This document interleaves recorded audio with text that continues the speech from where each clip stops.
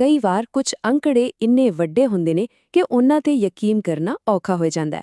ਅੱਜ ਅਸੀਂ ਇੱਕ ਅਜਿਹੇ ਹੀ ਅੰਕੜੇ ਦੀ ਗੱਲ ਕਰਾਂਗੇ, ਇੱਕ ਅਜਿਹੀ ਰਕਮ ਜੋ ਸਾਲਾਂ ਦੀ ਗਲੋਬਲ ਜਾਂਚ ਤੋਂ ਬਾਅਦ ਸਾਹਮਣੇ ਆਈ ਹੈ। ਇਹ ਕਹਾਣੀ ਹੈ ਉਸ ਛੁਪੇ ਹੋਏ ਪੈਸੇ ਦੀ, ਜਿਸ ਨੂੰ ਹੁਣ ਸਭ ਦੇ ਸਾਹਮਣੇ ਲਿਆਂਦਾ ਗਿਆ ਹੈ। ਆ ਰਿਹਾ ਉਹ ਨੰਬਰ 14,601 ਕਰੋੜ ਰੁਪਏ। ਇਹ ਉਹ ਪੈਸਾ ਹੈ ਜੋ ਗੁਪਤ ਤੌਰ ਤੇ ਵਿਦੇਸ਼ਾਂ ਵਿੱਚ ਲਗਾਇਆ ਗਿਆ ਸੀ ਤੇ ਹੁਣ ਉਸ ਨੂੰ ਟੈਕਸ ਦੇ ਦਾਇਰੇ ਵਿੱਚ ਲਿਆਂਦਾ ਗਿਆ ਹੈ। ਪਰ ਸਵਾਲ ਤਾਂ ਇਹ ਹੈ ਕਿ ਆਖਿਰ ਇਹ ਇੰਨਾ ਵੱਡਾ ਅੰਕੜਾ ਸਾਹਮਣੇ ਆਇਆ ਕਿਵੇਂ? ਇਸ ਪਿੱਛੇ ਪੂਰੀ ਕਹਾਣੀ ਕੀ ਹੈ? ਦੇਖੋ, ਇਹ ਸਭ ਕੁਝ ਇੱਕ ਰਾਤ ਵਿੱਚ ਨਹੀਂ ਹੋਇਆ। ਇਹ ਅੰਕੜਾ ਅਸਲ ਵਿੱਚ ਸਾਲਾਂ ਦੀ ਇਤਿਹਾਸਕ ਖੋਜੀ ਪੱਤਰਕਾਰੀ ਦਾ ਨਤੀਜਾ ਹੈ। ਇੱਕ ਅਜਿਹੀ ਪੱਤਰਕਾਰੀ ਜਿਸ ਨੇ ਦੁਨੀਆ ਭਰ ਦੀਆਂ ਸਰਕਾਰਾਂ ਨੂੰ ਹਿੱਲਣ ਲਈ ਮਜਬੂਰ ਕਰ ਦਿੱਤਾ। ਇਸ ਪੂਰੀ ਕਹਾਣੀ ਦੇ 3 ਬਹੁਤ ਵੱਡੇ ਮੋੜ ਹਨ। ਪਹਿਲਾ 2016 ਵਿੱਚ ਪਨਾਮਾ ਪੇਪਰਜ਼, ਫਿਰ 2017 ਵਿੱਚ ਪੈਰਾਡਾਈਜ਼ ਪੇਪਰਜ਼ ਅਤੇ ਹਾਲ ਹੀ ਵਿੱਚ 2021 ਵਿੱਚ ਪੰਡੋਰਾ ਪੇਪਰਜ਼। ਇਹ ਉਹ ਵੱਡੇ ਖੁਲਾਸੇ ਸਨ ਜਿਨ੍ਹਾਂ ਨੇ ਦੁਨੀਆ ਦੇ ਵਿੱਤੀ ਰਾਜ਼ਾਂ ਤੋਂ ਪਰਦਾ ਚੁੱਕਿਆ।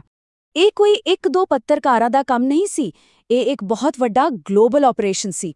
ਇਸ ਨੂੰ ICJ ਯਾਨੀ ਕਿ international consortium of investigative journalist ਨੇ ਲੀਡ ਕੀਤਾ ਅਤੇ ਭਾਰਤ ਵਿੱਚ ਦੀ ਇੰਡੀਅਨ ਐਕਸਪ੍ਰੈਸ ਵਰਗੇ ਮੀਡੀਆ ਪਾਰਟਨਰਜ਼ ਇਸ ਦਾ ਹਿੱਸਾ ਸਨ। ਸੋਚੋ, ਦੁਨੀਆ ਭਰ ਦੇ ਸੈਂਕੜੇ ਪੱਤਰਕਾਰ ਮਿਲ ਕੇ ਇਹਨਾਂ ਵਿੱਤੀ ਰਾਜ਼ਾਂ ਨੂੰ ਖੋਲ੍ਹਣ ਲਈ ਕੰਮ ਕਰ ਰਹੇ ਸਨ।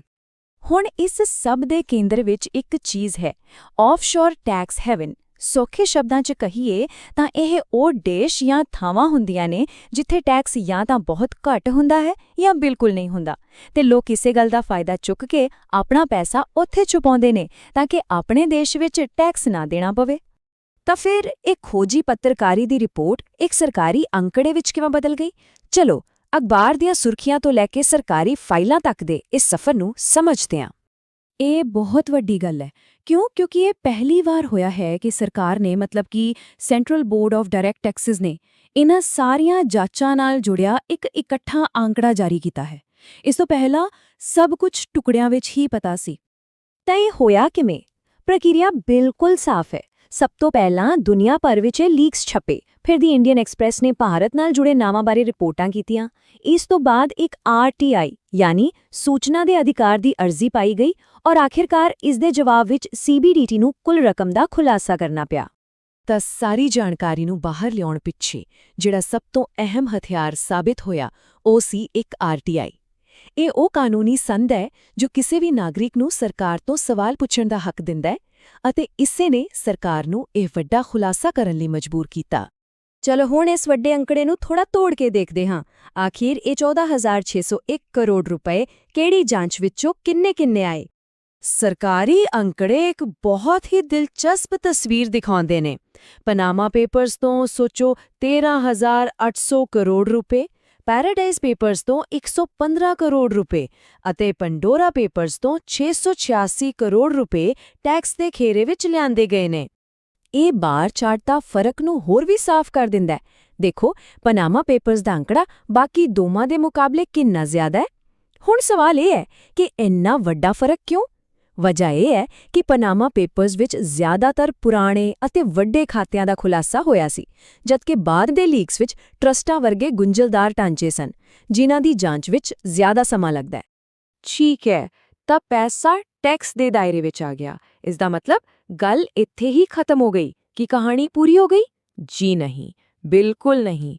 ਅਸਲ ਵਿੱਚ ਕਹਾਣੀ ਦਾ ਅਗਲਾ ਅਤੇ ਸਭ ਤੋਂ ਅਹਿਮ ਪੜਾਅ ਤਾਂ ਹੁਣ ਸ਼ੁਰੂ ਹੋਣਾ ਹੈ।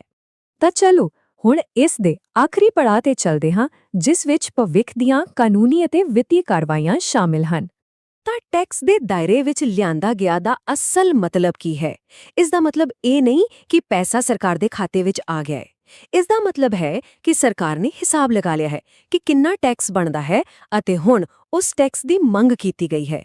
ਇਹ ਕਹਾਣੀ ਦਾ ਅੰਤ ਨਹੀਂ, ਬਲਕਿ ਅਸਲ ਕਾਰਵਾਈ ਦੀ ਸ਼ੁਰੂਆਤ ਹੈ। ਹੁਣ ਜਦੋਂ ਟੈਕਸ ਦੀ ਰਕਮ ਤੈਅ ਹੋ ਗਈ ਹੈ ਤਾਂ ਅਧਿਕਾਰੀ ਅਗਲੇ ਕਦਮ ਚੁੱਕਣਗੇ। ਇਸ ਵਿੱਚ ਉਸ ਟੈਕਸ ਦੀ ਅਸਲ ਵਸੂਲੀ ਕਰਨਾ, ਕਾਨੂੰਨੀ ਕੇਸ ਚਲਾਉਣਾ ਅਤੇ ਭਾਰਤੀ ਕਾਨੂੰਨਾਂ ਦੇ ਹਿਸਾਬ ਨਾਲ ਭਾਰੀ ਜੁਰਮਾਨੇ ਲਗਾਉਣਾ ਸ਼ਾਮਿਲ ਹੈ। ਇਹ ਸਾਰੀਆਂ ਘਟਨਾਵਾਂ ਇੱਕ ਬਹੁਤ ਵੱਡਾ ਸਵਾਲ ਖੜਾ ਕਰਦੀਆਂ ਨੇ। ਜਿਵੇਂ-ਜਿਵੇਂ ਟੈਕਨੋਲੋਜੀ ਅਤੇ ਪੱਤਰਕਾਰੀ ਮਿਲ ਕੇ ਵਿੱਤੀ ਰਾਜ਼ਾਂ ਨੂੰ ਬੇਨਕਾਬ ਕਰ ਰਹੇ ਨੇ, ਕੀ ਇਹ ਦੁਨੀਆ ਭਰ ਵਿੱਚ ਪੈਸੇ ਅਤੇ ਜਵਾਬਦੇਹੀ ਦੇ ਇੱਕ ਨਵੇਂ ਦੌਰ ਦੀ ਸ਼ੁਰੂਆਤ ਹੈ? ਲੱਗਦਾ ਤਾਂ ਇਹੀ ਹੈ ਕਿ ਹੁਣ ਛੁਪਣ ਲਈ ਕੋਈ ਥਾਂ ਨਹੀਂ ਬਚੀ।